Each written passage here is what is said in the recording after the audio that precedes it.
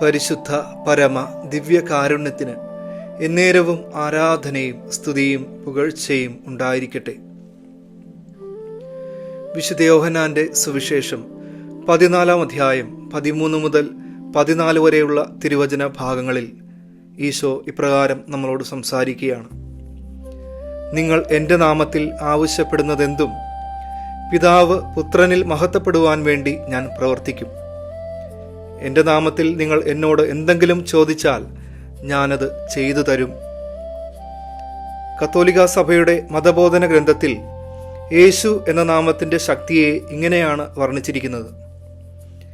യേശു എന്ന നാമത്തിൽ ദൈവവും മനുഷ്യനും സർവ്വ സൃഷ്ടപ്രപഞ്ചവും രക്ഷയും അതിനേക്കാൾ ഉപരി എല്ലാം അടങ്ങിയിരിക്കുന്നു. യേശു എന്ന നാമമാണ് എല്ലാ പ്രാർത്ഥനകളുടെയും ഹൃദയം. ആ മഹനീയ നാമം വിളിച്ചപേക്ഷിക്കുന്നവർ രക്ഷ പ്രാപിക്കും.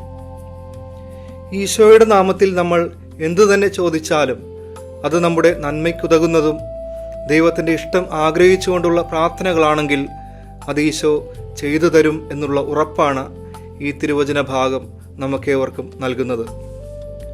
വിശുദ്ധ അഗസ്റ്റിൻ ഇപ്രകാരം പറയുന്നു: നമ്മിൽ അനുഗ്രഹങ്ങൾ ചൊരിയുവാനുള്ള ദൈവത്തിൻ്റെ പ്രയത്നങ്ങൾ അവ സ്വീകരിക്കുവാനുള്ള നമ്മുടെ ആഗ്രഹത്തേക്കാൾ എത്രയോ വലുതാണ്.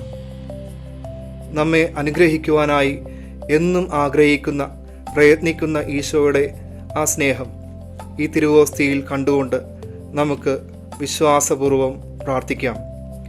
യേശു എന്ന രക്ഷാകര നാമം ഉരുവിട്ടുകൊണ്ട് നമ്മുടെ ആഗ്രഹങ്ങളെ ദിവ്യകാരുണ്യ സന്നിധിയിലേക്ക് ഉയർത്താം.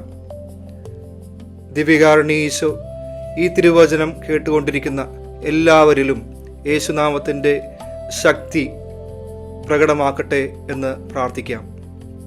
പരിശുദ്ധ പരമ ദിവ്യകാരുണ്യത്തിന് എന്നേരവും ആരാധനയും സ്തുതിയും പുകഴ്ചയും ഉണ്ടായിരിക്കട്ടെ.